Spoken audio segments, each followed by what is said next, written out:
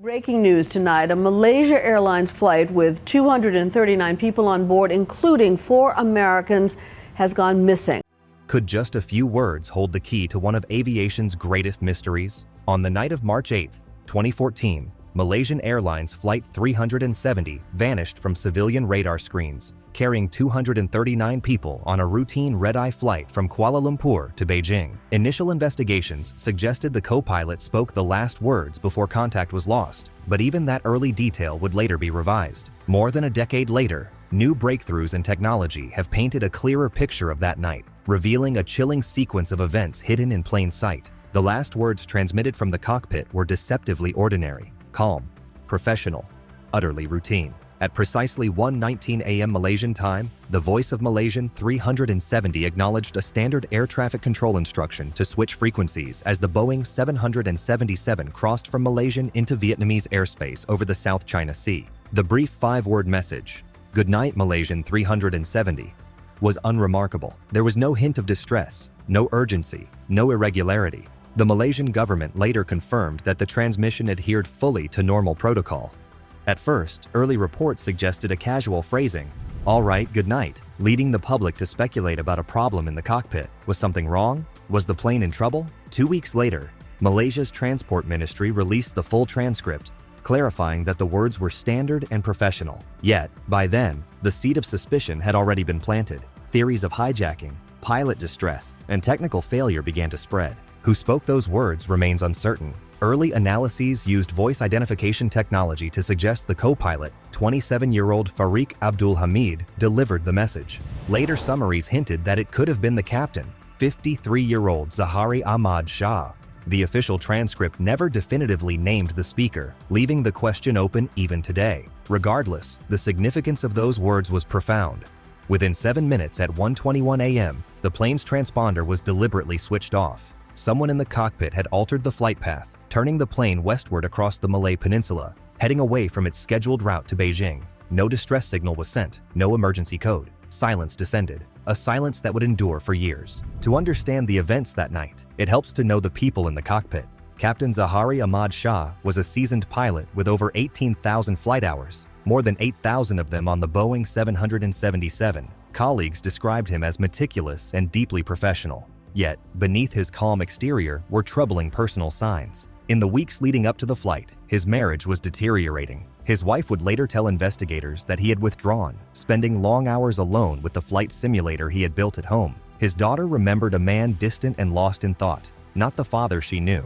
Shah also maintained unusual online habits, leaving nearly 100 public comments on the social media pages of young models, asking when they would be in Kuala Lumpur and making remarks about their appearance. Colleagues noted his troubled personal life and extramarital affairs, adding to the complex portrait of the man at the helm. He was also politically active, supporting opposition leader Anwar Ibrahim, who on the very day MH370 departed was convicted in a case many considered politically motivated. Whether this played a role in the events that followed remains unknown, but the timing is eerie. Seated next to him was Farik Abdul Hamid, 27, a young pilot enthusiastic about his first independent flight on the Boeing 777.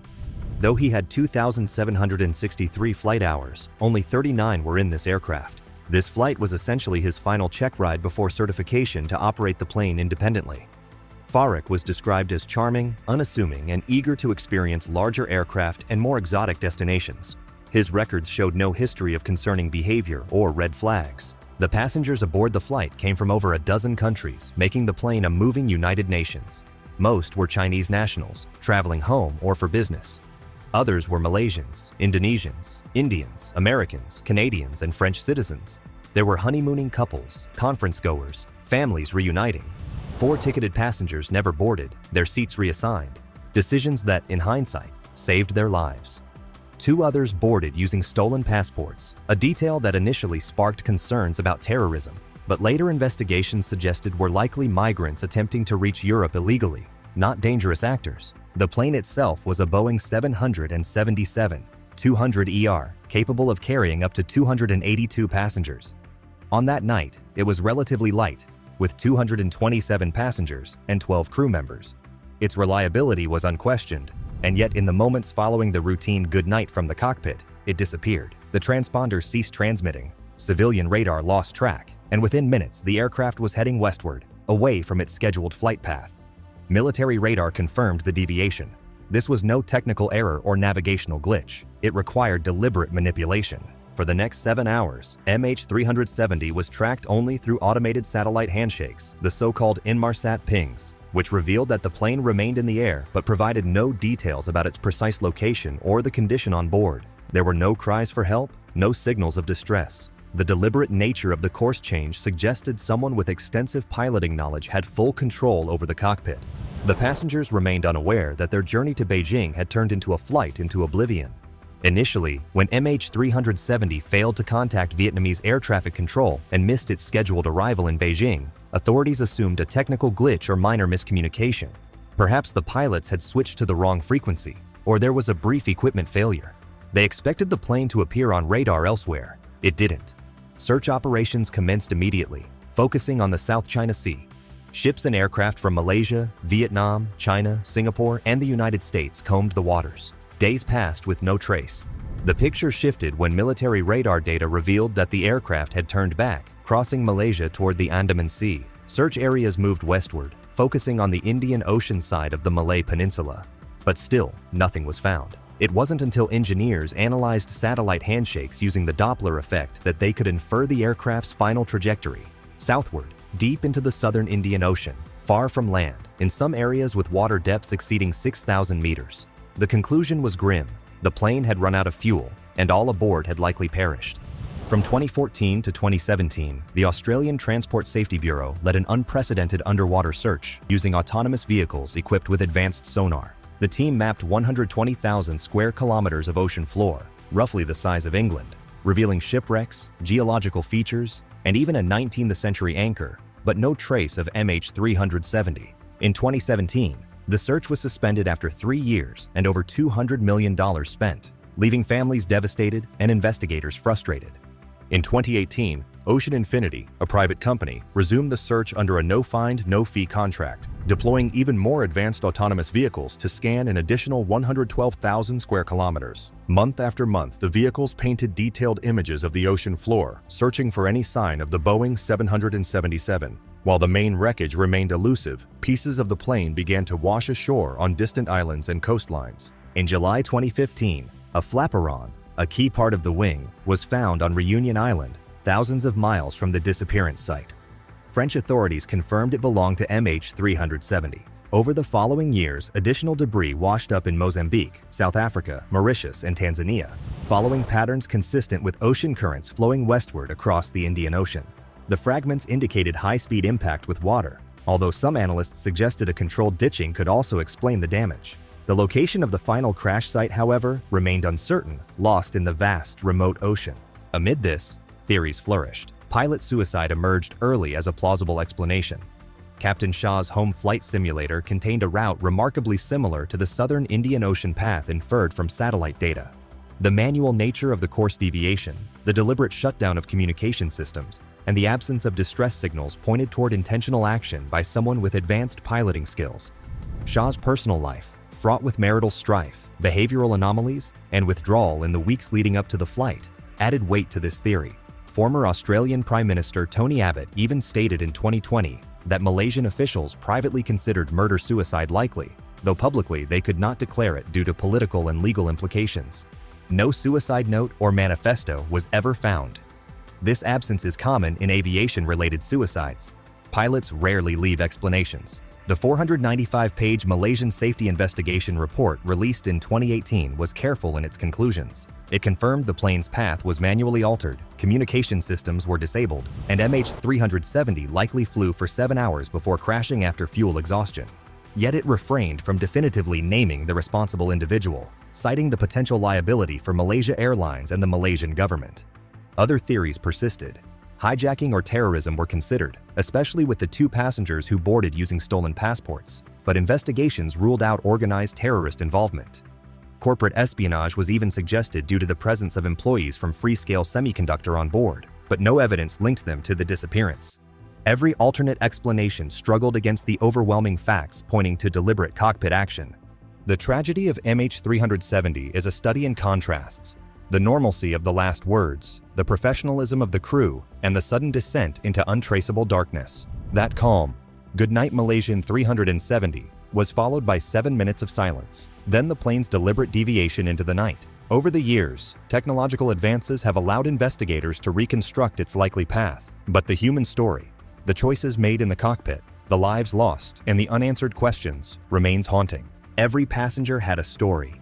Couples traveling for love, families reuniting, professionals journeying for business. Each life was intertwined with this flight's final mysterious trajectory. And despite sophisticated satellite analysis, deep-sea sonar, and oceanographic studies, the full picture remains incomplete. The southern Indian Ocean hides its secrets well, an expanse more isolated than most places on Earth. Pieces of the wreckage continue to tell a fragmented story, yet they cannot fully explain the human decisions that shaped that night. Was it intentional pilot action? Was there a psychological or personal crisis? The why remains locked behind a curtain of unanswered questions. In aviation, the MH370 incident has become a somber benchmark for what is possible, even in an era of advanced technology and global connectivity. The last words, calm and professional, highlight the chilling normality of the moment before catastrophe. The transponder shutdown, the deliberate turn west, the 7-hour flight south, these are markers of calculated action. They are juxtaposed against the lives of 239 individuals who never had the chance to know what was happening. Despite exhaustive searches, careful analyses, and global interest, the central mystery endures. Who spoke those words, and why did the plane end up where it did?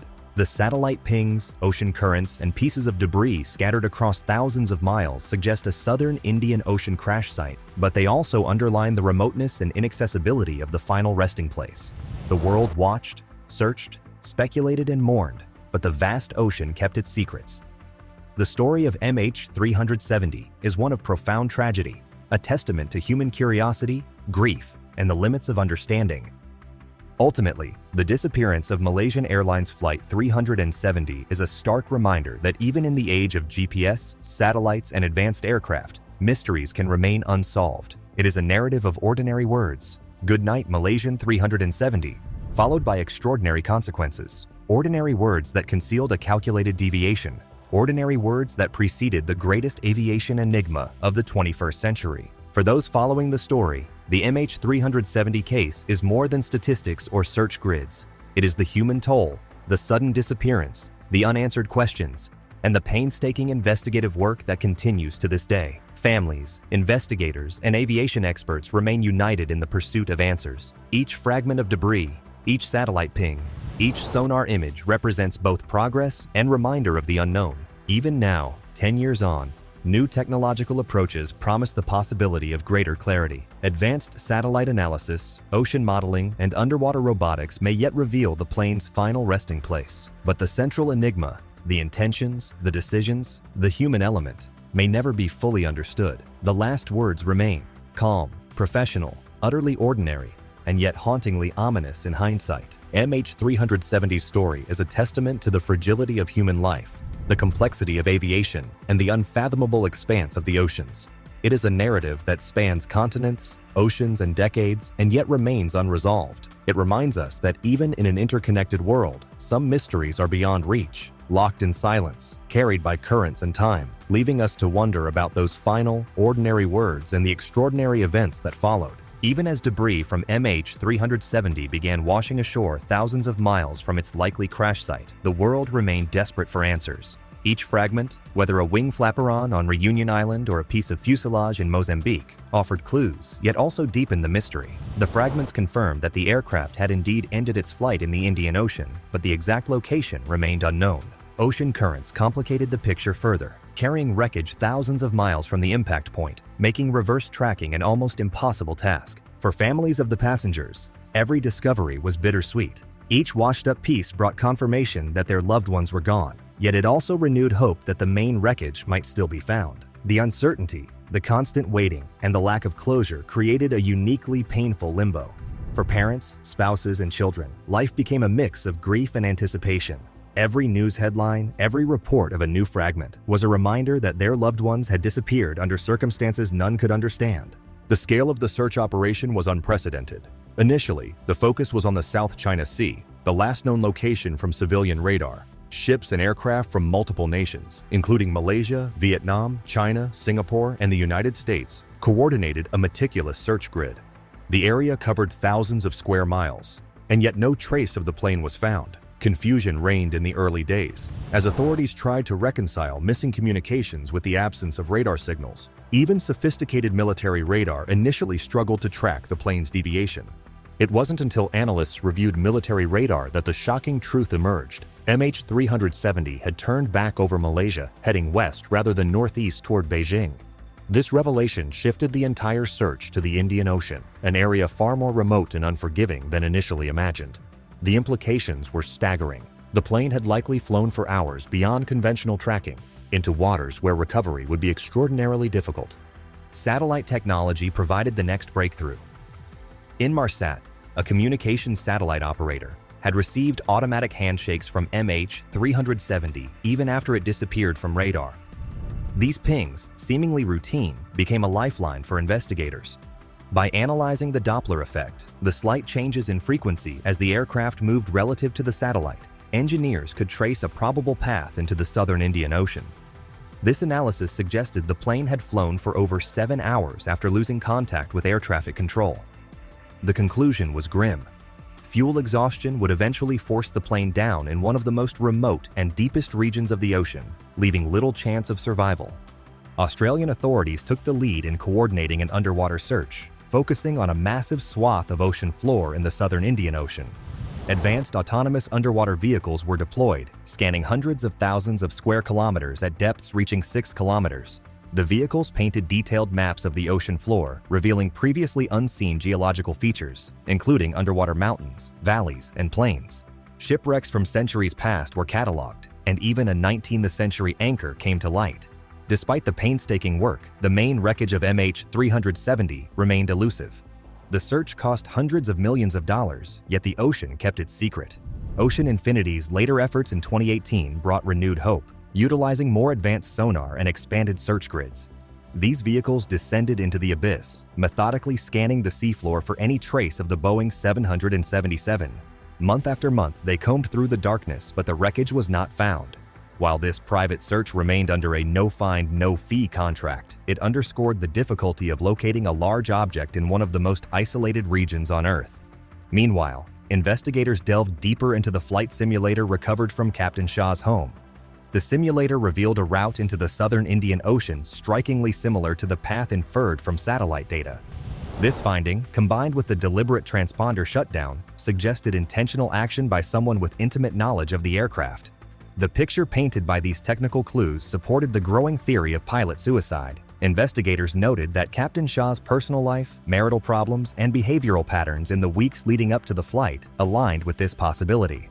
Yet, without definitive proof, the Malaysian report carefully stopped short of naming him as responsible, mindful of both legal ramifications and the sensitivity of the tragedy. Speculation extended beyond the cockpit. Early theories focused on the 2 passengers who had boarded using stolen passports.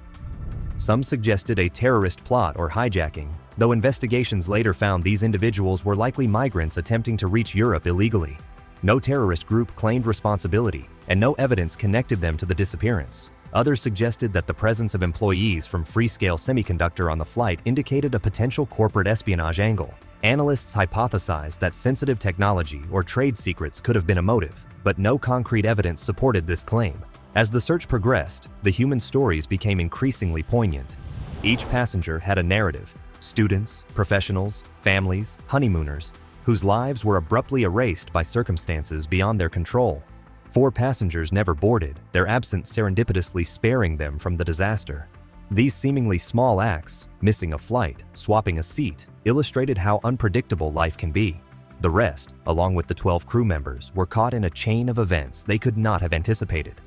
Public fascination with the case grew as the years passed. News outlets, documentaries, and books chronicled the investigation, each exploring potential motives and alternate theories. The disappearance highlighted not only the limits of technology, but also the depths of human curiosity and the need for answers.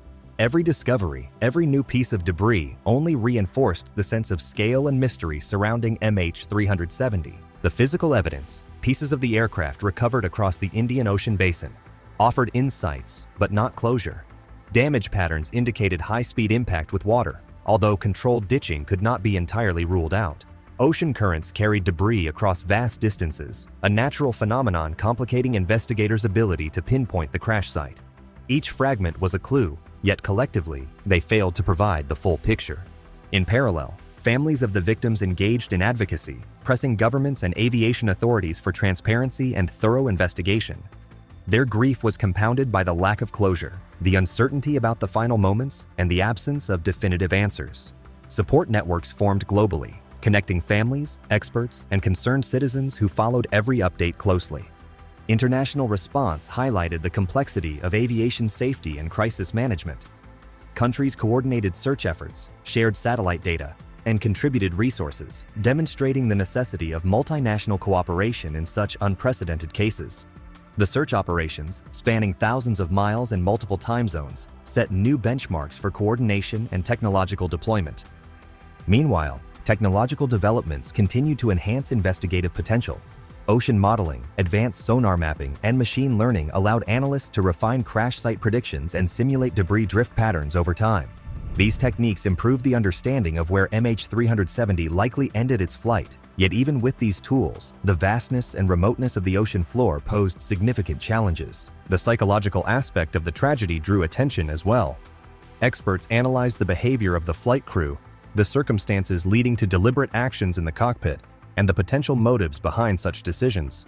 In aviation history, pilot suicides are rare but devastating, often leaving no clear explanations.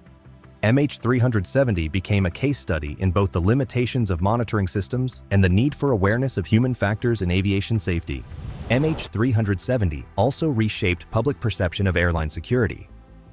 Questions arose about how individuals with access to cockpits could influence flight paths, how autopilot and manual systems could be manipulated, and how tracking protocols might be improved to prevent future incidents. These discussions extended beyond Malaysia, influencing global aviation standards and prompting reviews of pilot monitoring, cockpit security, and communication redundancies. The disappearance also had profound emotional and cultural impact. Books, films, and documentaries examined the tragedy from multiple angles, exploring the human, technical, and psychological dimensions.